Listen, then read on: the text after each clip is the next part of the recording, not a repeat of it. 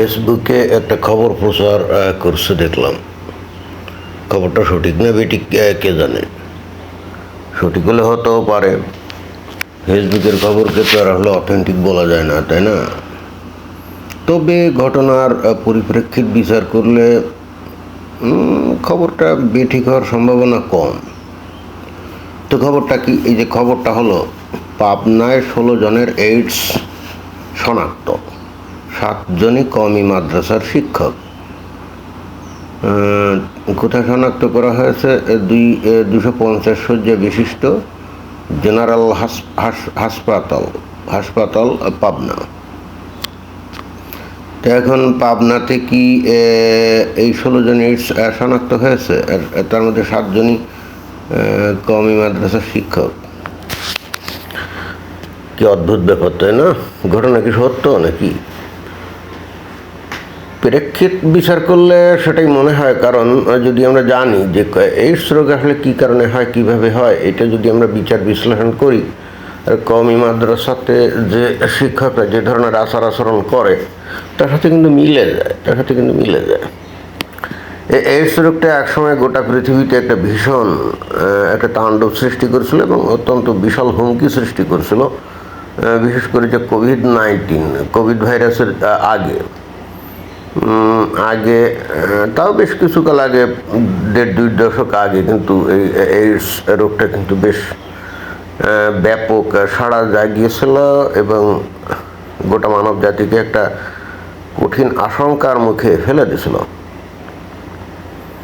এখন এইডস রোগটা কি? এইডস রোগটা বুঝতে গেলে এইডস রোগটা কি সেটা আমাদের প্রথমে জানতে হবে এবং তারপর এই যে এই খবরের যথার্থতা এটা বুঝতে হবে। আমরা এ পর্যন্ত জানি যে এইডস এমন একটা, আসলে এইডস তো কোনো রোগ না, AIDS one kind of virus, তাই না? AIDS one kind of virus না, এইডস ওয়ান কাইন্ড অফ ভাইরাসও না। এইডস হলো কি অ্যাকোয়ার্ড ইমিউন ডেফিসিয়েন্সি সিনড্রোম, অর্থাৎ শরীরের মধ্যে রোগ প্রতিরোধ ক্ষমতা যখন একেবারে দুর্বল হয়ে যায়, কমে যায়, ওইটাই হলো এইডস। এখন এই শরীরের রোগ প্রতিরোধ ক্ষমতা হঠাৎ করে কমে যায় কেন? আর যখনই শরীরের রোগ প্রতিরোধ ক্ষমতা কমে যায় তখনই কিন্তু আপনি যে কোনো রোগে আক্রান্ত হতে পারেন। এখানে নট অনলি আপনি জ্বরে আক্রান্ত হবেন, নট অনলি দ্যাট, আপনি ডায়রিয়াতে আক্রমণ হতে পারেন, আপনি কলেরিয়া, ম্যালেরিয়া, যে কোনো রোগে আপনি আক্রান্ত হতে পারেন। কারণ আপনার শরীরের রোগ প্রতিরোধ ক্ষমতা না থাকলে আমরা যে পরিবেশে চলাচল করি সেখানে তো প্রচুর পরিমাণে এই যে বায়ুতে ব্যাকটেরিয়া, ভাইরাস, বা এমনকি আমরা যে খাবার খাই সেখানে ব্যাকটেরিয়া, ভাইরাস লাখে গড়িতে আছে, তাই না? প্রতিনিয়ত আমাদের শরীরে কিন্তু এই ব্যাকটেরিয়া, ভাইরাসগুলো ঢোকে। এখন যখন শরীরের মধ্যে ব্যাকটেরিয়া, ভাইরাস ঢোকে তখন আমরা কি রোগে আক্রান্ত হই? জি না, কারণ শরীরে আমাদের ওই যে আছে, ওই যে রক্তের মধ্যে 3টা কণিকা আছে না, একটা হলো রেড কর্পাসল, একটা হোয়াইট কর্পাসল, আর একটা হলো প্লাটিলেটস।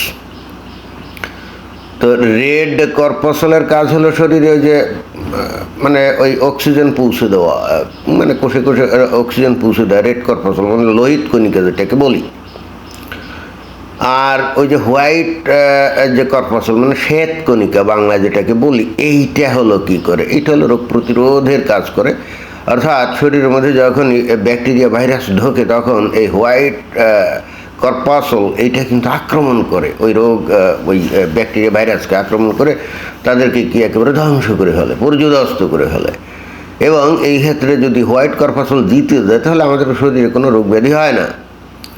আর যদি কোনো কায়দায় এই রোগ জীবাণু জিতে যায় তাহলে কিন্তু আমরা ওই যে রোগ জীবাণু আমাদের শরীরের মধ্যে ঢুকছিল ওই রোগে আমরা আক্রান্ত হই। এটাই হলো আসল কথা। তো এখন আমাদের শরীরে যদি এইডস হয়, অর্থাৎ এই অ্যাকোয়ার্ড ইমিউন ডেফিসিয়েন্সি সিনড্রোম হয়, অর্থাৎ রোগ প্রতিরোধ ক্ষমতা কমে যায়, তাহলে কি হবে? তাহলে এই জায়গায় এই হোয়াইট কর্পাসল এইটা কিন্তু তার যুদ্ধ করার ক্ষমতা হারায়। ফলে যে কোনো রোগ জীবাণু শরীরের মধ্যে প্রবেশ করা মাত্রই মানুষ সেই রোগে আক্রান্ত হয়। This is called AIDS. Okay, তো এখন এই ঘটনাটা ঘটে কেন? শরীরে হঠাৎ করে কথা নাই বার্তা নেই এই এইডস হয় কেন? হয় ওয়ান কাইন্ড অফ ভাইরাস। এই ভাইরাসটার নাম হলো এইচআইভি। এটা দিয়ে কি বলে? হাই ইমিউন ভাইরাস নাকি কি জানি। ভুলে গেছি, আগে জানতাম, কত আর মনে রাখা যায় বলেন। তো যাই হোক, HIV নামক একটা ভাইরাস আছে, যে ভাইরাস বস্তুত শরীরের মধ্যে যদি প্রবেশ করে, দেন এই হোয়াইট যে রেড কর্পাসল অর্থাৎ শ্বেতকণিকা তারা কিন্তু ধ্বংস হয়ে যায় বা দুর্বল হয়ে যায় এবং তারা তাদের কার্যক্রম হারায়, and then will be attacked with the AIDS. এটাই হলো মানে মেডিকেল সায়েন্সের পরিভাষা। এখন শরীরে এইডস অর্থাৎ HIV ভাইরাস কিভাবে ঢোকে, এখানেই রহিয়াছে যত কথা, যত গান, এবং এইটা বিচার বিবেচনা করলেই বোঝা যাবে যে কওমি মাদ্রাসার শিক্ষকরা কেন এই রোগে আক্রান্ত হলো। এ পর্যন্ত যা জানা গেছে সেটা হলো যে সেক্সুয়াল ইন্টারকোর্স, বিশেষ করে যারা নাকি সমকামী তারা যখন সমকামে লিপ্ত হয় তখনই নাকি এই এইডস ভাইরাসটা একটা শরীর থেকে অন্য শরীরে ট্রান্সফার হয়। এই ভাইরাসটা কিন্তু যে পানি, বায়ু ইত্যাদির মাধ্যমে কিন্তু পরিবাহিত হয় না, এটা হয় সেক্সুয়াল ইন্টারকোর্সের মাধ্যমে, অথবা রক্ত, একজনের রক্ত যদি অন্য একজনের শরীরে দেওয়া হয়, অর্থাৎ একজনের রক্ত যে নাকি এইডস আক্রান্ত, তার রক্ত যদি অন্য একজনের শরীরে দেওয়া হয় তাহলেও কিন্তু এইডস রোগের বিস্তার ঘটে। মোটামুটি এই দুইটাই হলো মেইন কারণ, সমকামিতার কারণে আর ওই রক্ত ট্রান্সফার করার কারণে, এই দুইটাই। তো এখন আমরা কিন্তু বুঝতে আর সমস্যা নাই যে কওমি মাদ্রাসার শিক্ষকরা কেন এই রোগে আক্রান্ত হবে, রাইট? কারণ আমরা তো জানি যে কওমি মাদ্রাসার শিক্ষকরা কি করে, কি কামটা করে। কামটা হলো যে ছোটো ছোটো বাচ্চাদের যে সরু পাইপথে তাদের বৃহৎ ইমানদণ্ড প্রবেশ করে, তাই না? এটাকে তো ওয়ান কাইন্ড অফ কি হোমোসেক্সুয়ালিটি বলে, সমকামিতা। কারণ যে বাচ্চা ওগুলো তো ওই যে পুরুষ বাচ্চা, যেগুলো হলো পুরুষ, আর হুজুরা তো পুরুষই, তাই না? তো it's one kind of homosexuality, and that's why they can easily be attacked with AIDS, right? HIV virus. সুতরাং পরিপ্রেক্ষিত বিচার করলে এখানে যে দেখা যাচ্ছে যে পাবনায় 16 জনের এইডস শনাক্ত, 7 জনই কওমি মাদ্রাসার শিক্ষক হলে হতেও পারে।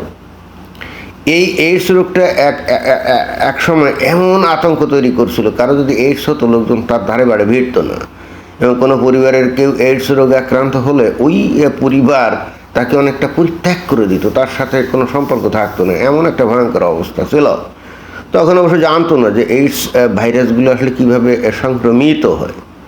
যখন জানা গেল যে এটা সেক্সুয়াল ইন্টারকোর্স, বিশেষ করে যে হোমোসেক্সুয়ালদের মধ্যে আর রক্ত ট্রান্সপ্লান্টের মাধ্যমে হয়, তারপর থেকে আস্তে আস্তে মানুষ এটার ব্যাপারে ভয়ভীতি কমলো। আদারওয়াইজ এটা অনেকটা ট্যাবুতে পরিণত হয়ে গেছিলো। ওই যে COVID-19 যেমন অনেকটা ট্যাবুতে পরিণত হয়ে গেছিলো, যে কারো যদি হয় তার কাছে গেলে তার সাথে একটা শরীরের টাচ লাগলেই হয়ে যাবে, তাই না? প্রাথমিক দিক দিয়ে COVID-19 যখন ব্যাপকভাবে লোক মারা যাচ্ছিল, মানুষ তো ভয় পাবেই। এখন তো COVID-19 কোনো রোগই না, তাই না? কিন্তু এইডস রোগটা এখনও কিন্তু রোগ, কারণ এইডস রোগের কোনো প্রতিষেধক এখনও কিন্তু কার্যকরভাবে আবিষ্কার করা যায় নাই। তো এখন কথা হচ্ছে যে এই পাবনায় 16 জন এইডস শনাক্ত, 7 জনই কওমি মাদ্রাসার শিক্ষক। পরিপ্রেক্ষিত বিচার করলে এটা হওয়ার সম্ভাবনা আছে। আবার ভিন্নভাবে চিন্তা করলে এরকম হতে পারে ইসলাম বিদ্বেষী লোকজন হয়তো হুজুর বা আলেমের এগেনস্টে হয়তো প্রোপাগান্ডা ছড়াচ্ছে, এরকমও তো হতে পারে নাকি? ধন্যবাদ।